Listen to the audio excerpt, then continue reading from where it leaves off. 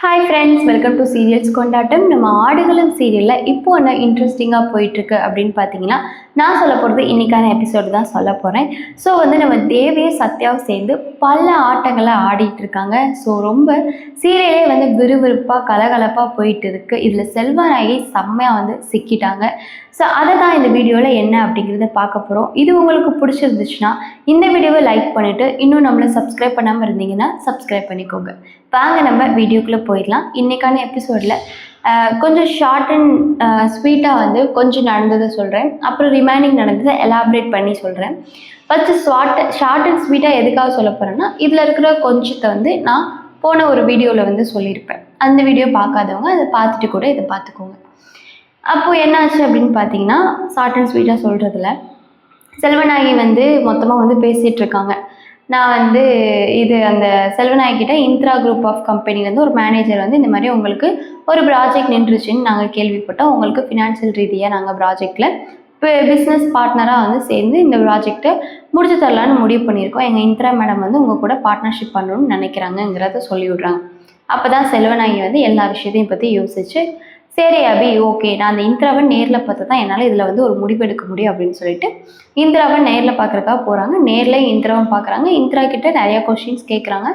இந்திராவும் எல்லா கொஸ்டின்ஸுக்குமே ஆன்சர் பண்ணதுக்கு வரும். செல்வநாயகி இந்திராவை முழுசாக நம்பி, ஓகே, நான் இனி பிஸ்னஸ் பார்ட்னர் ஆகலாம் அப்படிங்கிறத முடிவு எடுத்துட்டாங்க. இப்போ பிஸ்னஸ் பார்ட்னர் ஆகலான்னு 2 பேரும் ஹேண்ட் ஷேக் பண்ணிவிட்டு செல்வநாயகி போகலாம் அப்படின்னு முடிவு எடுக்கும்போது ஒரு சத்தம் கேட்குது.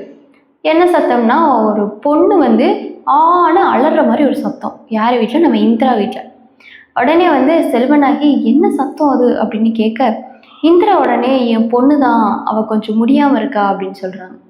உடனே செல்வநாயகி என்ன ஆச்சு அப்படின்னோடனே, இப்போ தான் நம்ம பிஸ்னஸ் ஆரம்பிச்சிருக்கோம், அதனால் நல்லபடியாக பிஸ்னஸ் ஆரம்பித்து முடியட்டும், அது வரைக்கும் இதை பற்றி எதுவும் கேட்காதீங்க, நானே என்ன விஷயம்னு கூடிய சீக்கிரத்தில் சொல்கிறேன், உங்களுக்கே புரிய வரும் எல்லாம் அப்படிங்கிற மாதிரி இந்திரா சொல்லவும் செல்வநாயகியும் சரி, ஓகே, நல்லது அப்போது அப்படின்னு சொல்லிட்டு செல்வநாயகி அங்கேருந்து போயிடுறாங்க. இப்போது இந்திரா அவங்க பொண்ணு கத்துனாங்க இல்லையா, அவங்க பொண்ணை பார்க்குறதுக்காக இந்திரா போகிறாங்க. அவங்க பொண்ணு ஒரு ரூமில் அடப்பட்ட மாதிரி இருக்காங்க. கொஞ்சம் மன ரீதியாக பாதிக்கப்பட்ட மாதிரி இருக்காங்க. அந்த பொண்ணோட முன்னாடி பார்த்தா அத்தனை ஃபோட்டோஸ் குமிஞ்சு கிடக்கு. யாரோட ஃபோட்டோ அப்படின்னு பார்த்தா, இந்த விஷயத்தை கேட்டால் உங்களுக்கே ஷாக்காக இருக்கும். என்னன்னா, நம்ம அபியோட ஃபோட்டோ. என்னடா அபி மேலே ஸ்ருதி பைத்தியமாக இருக்காங்க, தேவி பைத்தியமாக இருக்காங்க, அடுத்து இந்திராவோட பொண்ணுமா அப்படிங்கிற மாதிரி நமக்கு ஒரு ஷாக். ஒருவேளை இது சத்யா செட் பண்ணது செட்டப்பா, இல்லை நிஜமாவே இந்திராவோட பொண்ணு இப்படி மனநிலையில இருந்து அபி வேணும்னு சொல்லிட்டு அபி ஃபோட்டோ வச்சுட்டு இப்படி பண்ணுறதுனால பிஸ்னஸ் பார்ட்னரில் செல்வநாயகி கூட சேர்ந்தா அபியை நம்ம இந்திராவோட பொண்ணுக்கு கல்யாணம் பண்ணி வைக்கலான்னு முடிவு பண்ணுறாங்களா அப்படின்னு பல குழப்பங்கள் நமக்குள்ளேயே வந்துச்சு, எனக்குள்ளே வந்துச்சு. உங்களுக்கு இன்றைக்கான சீரியல் பார்க்கும்போது கண்டிப்பாக வரும். ஏன் நான் சொல்கிறது கேட்கும்போது கூட உங்களுக்கு வரலாம். இதை பற்றி என்ன நினைக்கிறீங்க அப்படின்னு சொல்லிட்டு கமெண்ட் பண்ணுங்கள். கண்டிப்பாக நம்ம சத்யாவை பிடிக்கும்னு நினச்சிங்கன்னா சத்யா சூப்பர்னு சொல்லிட்டு கமெண்ட் பண்ணுங்கள். தேவியை பிடிக்கும்னாலும் தேவி கிரேட் அண்ட் சூப்பர்னு சொல்லிட்டு கமெண்ட் பண்ணுங்கள். இப்போ என்ன ஆச்சுன்னா, அப்போ அந்த பொண்ணு அந்த கிட்ட கிடக்கிற எல்லா ஃபோட்டோவில் ஒரு ஃபோட்டோவை எடுத்து அப்படியே அந்த ஃபோட்டோ எடுத்து முத்து கொடுக்குறான். முத்து கொடுத்துட்டு அபி அபி அபின்னு அழுகிறான். அந்த பொண்ணு அழுகுனதுக்கப்புறமா இதை இந்திரா வெளியே இருந்து பார்க்குறாங்க. இந்திராவுக்கு ரொம்ப மனசு கஷ்டமாக இருக்குது அந்த பொண்ணை பார்த்துட்டு. நம்ம பொண்ணு இப்படி இருக்காளே, நம்ம பொண்ணுக்கு இப்படி ஒரு நிலைமையா அப்படிங்கிற மாதிரி செம்ம கஷ்டமாக ஏதோ ஒரு ஃபீல் பண்ணுறாங்க இந்திரா. இப்போ இது வரைக்கும் தான் காட்டினாங்க. இதுக்கப்புறம் என்ன கதை என்ன ஆக போகுது அப்படிங்கிறது எதுவுமே காட்டின வரைக்கும் நான் உங்ககிட்ட சொன்னேன். இப்போ இந்த பக்கம் பார்த்தா நம்ம தேவியும் நம்ம சத்யாவும் 2 பேரும் கொஞ்சம் இது ஒரு நைட் டைமில் 2 பேரும் ஒரு தோட்டத்து பக்கம் லாந்தி பேசிகிட்டு இருக்காங்க. அப்போ தான் நம்ம தேவி சத்யாவுக்கு ஒரு ஐடியா கொடுக்குறாங்க. என்ன ஐடியானா, நீயும் அர்ஜுனும் நல்லபடியாக வாழுவீங்கன்னு நான் நினச்சேன் சத்யா, ஆனால் உங்களுக்குள்ளே இவ்வளோ பிரச்சனை இருக்குன்னு எனக்கு தெரியாது அப்படின்னு சொல்லவும் நம்ம சத்யா, ஆமாக்கா, நான் இந்த மாதிரி உண்மைகள்லாம் மறைச்சதுக்கப்புறமா நான் அவர்கிட்ட சொன்னதுலேருந்து அவர் என்னை நம்புறதே இல்லைக்கா, என்னைய சுத்தமாக நம்புறது இல்லைக்கா, நான் என்ன பேசினாலும் என்னை சந்தேகத்தோடு தான்க்கா பார்க்குறாரு, என்னை என்றைக்குமே நம்ப மாட்டேங்கிறாருக்கா, அவ்வளோதான்க்கா அப்படின்னு சத்யா சொல்கிறாங்க. அப்போ தான் தேவி உடனே, என்கிட்ட ஒரு சூப்பர் ஐடியா இருக்குது சத்யா, இதை மட்டும் நீ பண்ணனா அர்ஜுன் அவ்வளோதான், அவன் கூடவே தான் இருப்பார் அப்படின்றாங்க.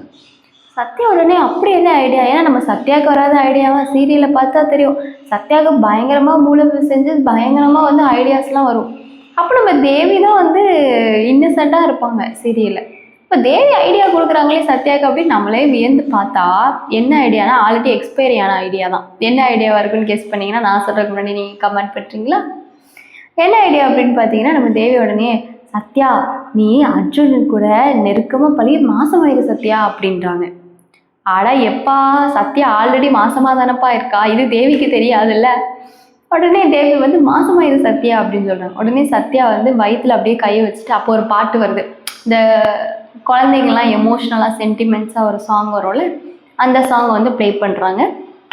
அப்போ தான் வந்து நம்ம சத்யா வந்து சிரிச்சுட்டு அக்கா சரிக்கா நீ சொன்ன மாதிரியே பண்ணிடலாம்க்கா, நீ தான்க்கா ப்ரில்லியண்ட்டாக ஐடியா கொடுக்குற அப்படிங்கிற மாதிரி தேவி வந்து இது சத்யா வந்து தேவி கிட்ட வந்து சொல்கிறாங்க.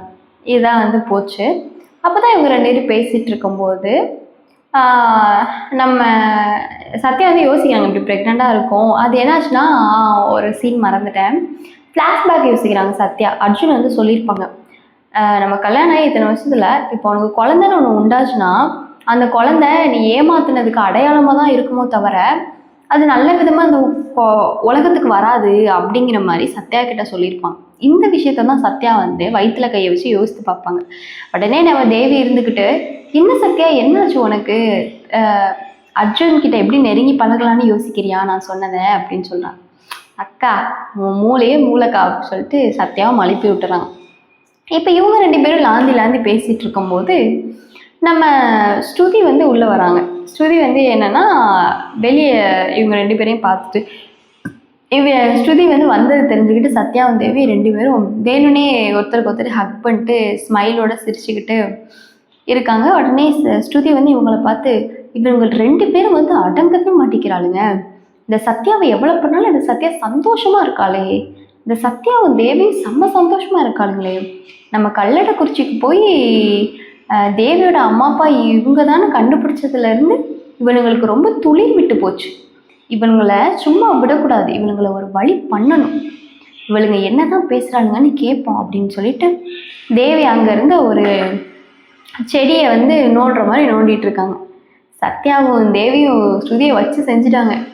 வச்சு செஞ்சு அக்கா சத்யா சொல்கிறாங்க தேவி கிட்ட, அக்கா சில குட்டிச்சாத்தன்லாம் எவ்வளோதான் வந்து பிளான் போட்டாலும் அதெல்லாம் ஃபெயிலியராக தான் ஆகும், நம்ம போடுற பெரிய பிளான் தான் வந்து எக்ஸிக்யூட் ஆக போகுது, அந்த செல்வநாயகி முகத்தை கிழிக்க போகிறோம், அதுக்கு கூட துணையாக இருக்க அந்த குட்டிச்சாத்தானை வீட்டை விட்டு வெளியே அனுப்ப போகிறோம் அப்படின்னு ஸ்ருதிக்கு வந்து கடுப்பாயிட்டு.